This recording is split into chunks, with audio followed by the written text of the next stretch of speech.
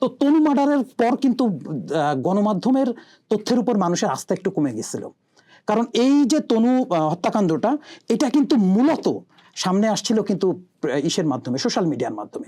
Social media ব্যাপক চাপের পর কিন্তু গণমাধ্যম স্টোরি করা শুরু করলো যে এর সঙ্গে কোনো কোনো সেনা কর্মকর্তার জড়িত বা সেনা সদস্য সম্পৃক্ত থাকতে পারে, এই ধরনের বিষয়গুলো কিন্তু মূলত চলে আসলো। কিন্তু তখন কিন্তু মানুষ আস্তে আস্তে কিন্তু যে জিনিসটা হচ্ছে এখন ওয়ার্ল্ড টেন্ডেন্সি সেটা হচ্ছে যে যেহেতু মূলধারার গণমাধ্যমগুলো তথ্য হাইড করার চেষ্টা করে, তখন সোশ্যাল মিডিয়া সেটা প্রকাশ করার কারণে মানুষ কিন্তু সোশ্যাল মিডিয়ার দিকে বেশি ধাবিত হচ্ছে আর কি।